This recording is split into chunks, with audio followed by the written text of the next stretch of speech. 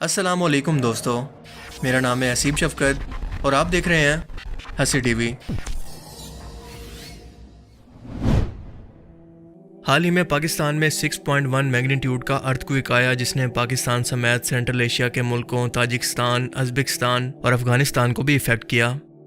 اس سے پہلے 2005 کے اندر پاکستان کی تاریخ کا بدترین زلزلہ آیا جس کی شدت ریکٹر سکیل پر 7.6 تھی، جس میں 70,000 لوگ مارے گئے اور اتنے ہی زخمی ہوئے۔ پوری انسانی تاریخ کے اندر انسانوں کا کسی اور قدرتی آفت سے اتنا نقصان نہیں ہوا جتنا کہ زلزلوں سے ہوا ہے۔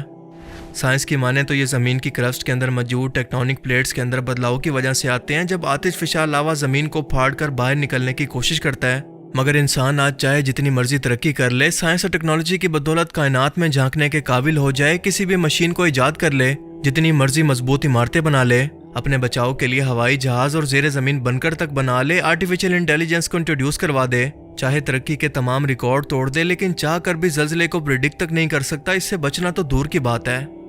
کیونکہ اللہ تعالیٰ ایک زلزلے کا جھٹکا دے کر انسانوں کو یاد دلواتا ہے کہ مجھے یعنی اپنے خالق کو اور اپنی تخلیق کا مقصد یاد رکھو، اپنے مالک اور خالق سے لا تعلق مت ہو جاؤ، اس کی مرضی اور ناراضگی کو دیکھو اور دنیا اور آخرت کا فرق سمجھو، موت کے بعد کی زندگی کو یاد رکھو، کیونکہ تم سے بڑھ کر بھی کوئی ذات ہے جس کی قدرت، عظمت اور جلال کا تم اندازہ بھی نہیں لگا سکتے۔ کیونکہ حقیقت یہ ہے کہ زلزلے جیسی آفت اصل میں اللہ کے غضب اور ناراضگی کی نشانی ہوتی ہے۔ جب زمین پر ظلم و ناانصافی بڑھ جائے، ایسے گناہ ہونے لگیں جو کہ اللہ کو سخت ناپسند ہیں، تو ایسی ہی قدرتی آفتیں اس قوم کا مقدر ہوتی ہیں۔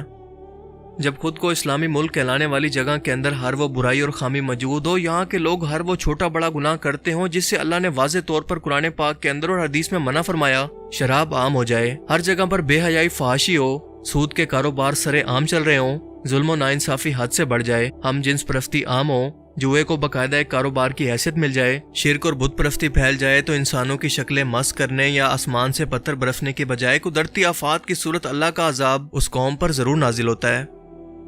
حضور اکرم صلی اللہ علیہ وآلہ وسلم کے زمانہ کے اندر مدینہ کے اندر جب زلزلہ آیا تو آپ صلی اللہ علیہ وآلہ وسلم نے فرمایا کہ تمہارا رب چاہتا ہے کہ تم لوگ اپنی خطاؤں کی معافی مانگو۔ ام المومنین حضرت عائشہ رضی اللہ تعالیٰ عنہ فرماتی ہیں کہ جس جگہ پر زلزلہ آتا ہے، اگر وہاں کے لوگ توبہ کر لیں اور اپنی بدعمالیوں سے باز آ جائیں تو ان کے حق میں بہتر ہے، ورنہ ان لوگوں کے لیے ہلاکت ہے۔ اللہ تعالیٰ کے ارشاد پاک کا مفہوم ہے کہ لوگوں نے اپنے ہاتھوں سے جو کمائی کی، اس کی وجہ سے خشکی اور سمندر کے اندر فساد پھیلا، تاکہ ان لوگوں نے جو کام کیے اللہ ان میں سے کچھ کا مزہ ان کو چکھا دے، شاید وہ باز آ جائیں۔ سورہ روم۔ اس آیت مبارکہ سے بالکل واضح ہے کہ دنیا کے اندر جو عام مصیبتیں لوگوں پر آتی ہیں، مثال کے طور پر قحط، وبائیں، زلزلے اور ظالم حکمرانوں کا لوگوں پر مسلط ہونا، اس کی اصل وجہ یہی تھی کہ لوگوں نے اللہ تعالیٰ کے احکامات کی کھلی خلاف ورزی کی اور خود اپنے ہاتھوں سے یہ مصیبتیں مول لی۔ اللہ نے ان لوگوں پر یہ مصیبتیں اس لیے نازل کی کہ ان کے دل کچھ نرم پڑیں اور وہ اپنے اعمال سے باز آ جائیں۔ آج آپ اپنے آس پاس نظر دوڑائیں اور دیکھیں کہ ملک پاکستان جو کہ اسلام کے نام پر بنا، اس کے اندر کون سی ایسی برائی ہے، کون سا ایسا بڑا گناہ ہے جو کہ آج ہم مسلمان نہ کر رہے ہوں یا اس گناہ میں حد سے نہ بڑھ گئے ہوں۔ ایسے بڑے بڑے گناہ جس کی وجہ سے اللہ نے اس سے پہلے بھی کئی قوموں کو تباہ کیا، مثال کے طور پر ہم جنس پرستی، بے حیائی اور اسلام مخالف بینرز اٹھاتے گھومتی نیم برہنہ عورتیں، سود کے کاروبار، اور یہ سود، شراب اور زنا جیسے گناہوں سے سینکڑوں گنا زیادہ حرام ہے۔ اللہ کے رسول نے فرمایا کہ سود کے 70 حصے ہیں اور ان میں سے سب سے ہلکا حصہ ایسا ہے جیسے کوئی شخص اپنی ماں کے ساتھ زنا کرے۔ اب آپ خود اندازہ لگا لیں کہ اسی قوم نے سود کے نہ صرف آج بینک کھڑے کر دیے ہیں بلکہ قسطوں پر چیزیں دینے کے نام پر سودی کاروبار کو بھی متعارف کروا دیا ہے۔ یہ لوگ مسلسل آج سود کا نام اور اس کی ڈیفینیشن کو بدل کر اس سے باقاعدہ کاروبار کی صورت دینے پر تلے ہیں۔ اور یہی نہیں بلکہ آج آن لائن اپلیکیشن بھی متعارف کروا دی گئی ہیں جہاں پر لوگوں سے چھوٹی سی رقم کے بدلے اچھا خاصا سود لیا جا رہا ہے۔ یہ لوگ بھی سود خوری کو کاروبار ہی کہتے ہیں۔ اور پھر یہ وہ لوگ ہیں جو کہ کہتے ہیں کہ ہمارے رزق کے اندر برکت نہیں ہوتی، ہم پر نیک حکمران کیوں نہیں بھیجے جاتے، ہماری دعائیں کیوں قبول نہیں ہوتی۔ اللہ سے ایسی شکایتیں کرتے ہیں اور خود انہوں نے سود خوری کے محل بنا رکھے ہیں۔ یہ منافقت کا اعلیٰ ترین درجہ نہیں تو اور کیا ہے،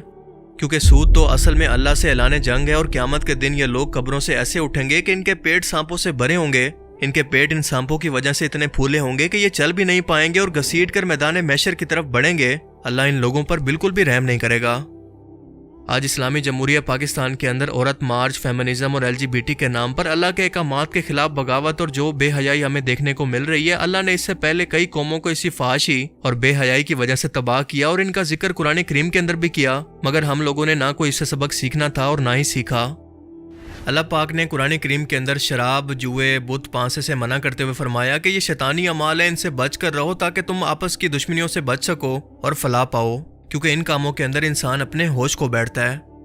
مگر ہم نے اس کا بھی الٹ کیا اور اس کے باقاعدہ کاروبار کھڑے کر دیے، اور پوری دنیا کے اندر اسی مسلم ملک سے صرف کچھ پیسوں کی خاطر جوئے کی پروموشن بھی کر رہے ہیں۔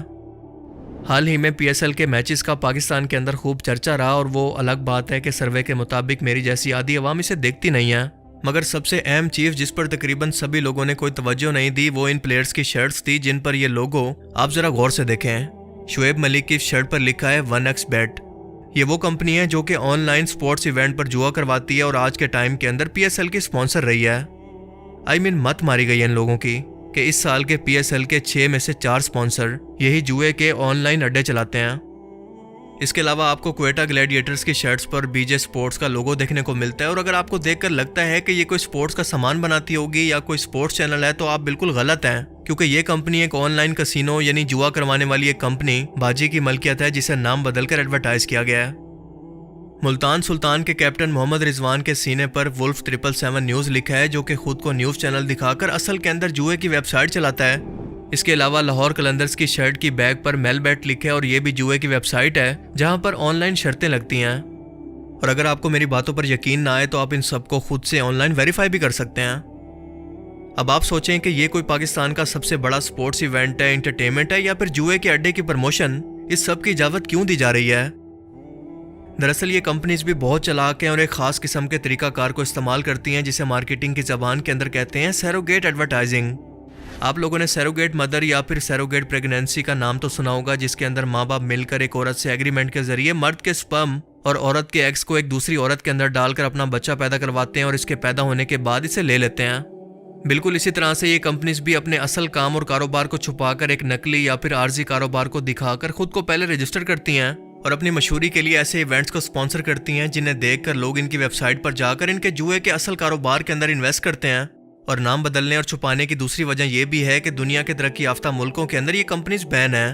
اسی لیے ایسے تھرڈ ورلڈ کنٹریز کے اندر یہ انویسٹ کر کے لوگوں کو لوٹنے کے لیے یہ اس طرح کی ایڈورٹائزمنٹس کا سہارا لیتی ہیں، کیونکہ ان کمپنیز کے اشتہارات تک کو چلانا ان ملکوں کے اندر بین ہوتا ہے۔ صرف پشاور زلمی اور اسلام آباد یونائٹڈ کی شرٹس پر آپ کو کوئی ایسا لوگو دیکھنے کو نہیں ملا۔ پاکستان کرکٹ بورڈ کیا اس حد تک گر چکا ہے یا پھر پیسے کا مقروض ہو چکا ہے کہ انہیں نہ تو حلال و حرام کی تمیز رہی ہے اور نہ ہی ملک کے قانون کا خیال، کہ کل اگر سود، شراب اور ہم جنس پرستی کی کوئی ویب سائٹ یا کوئی کمپنی بالکل اسی طرح سے سیروگیٹ ایڈورٹائزنگ کرتی ہے تو کیا یہ لوگ اسے بھی قبول کر لیں گے؟ کیا یہ لوگ مسلمان ہو کر ایک بار بھی اس کے بارے میں نہیں سوچیں گے؟ اور اگر ایسا نہیں کرتے تو یہ سلسلہ آخر کہاں پر جا کر رکے گا؟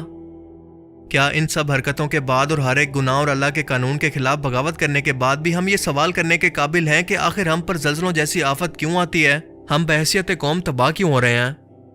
دنیا کے ترقی یافتہ ملکوں نے انصاف، انسانی حقوق اور جانوروں تک کے حقوق کے اندر اس نظام کو اپنایا ہے جو کہ اللہ نے دنیا بھر کے انسانوں کے لیے نازل کیا، اس لیے وہاں پر آپ کو کبھی کبھار ہی کوئی بہت بڑے زلزلے کی خبر سننے کو ملتی ہے، لیکن ہم لوگ کیونکہ ظالم ہیں، اللہ کے ہر اس قانون سے بغاوت کرتے ہیں جو کہ اللہ نے ہم پر حرام کیا، تو ایسی آفتیں اور تباہی ہمارا مقدر کیوں نہ ہو جب تک کہ ہم سچی توبہ کر کے اللہ کی طرف لوٹ نہ جائیں، ورنہ اللہ تو بہت بے پرواہ ہے، اسے کسی کی فکر نہیں۔ اللہ تعالیٰ ہمیں سمجھنے کی اور نیک عمل کرنے کی توفیق عطا فرمائے، آمین۔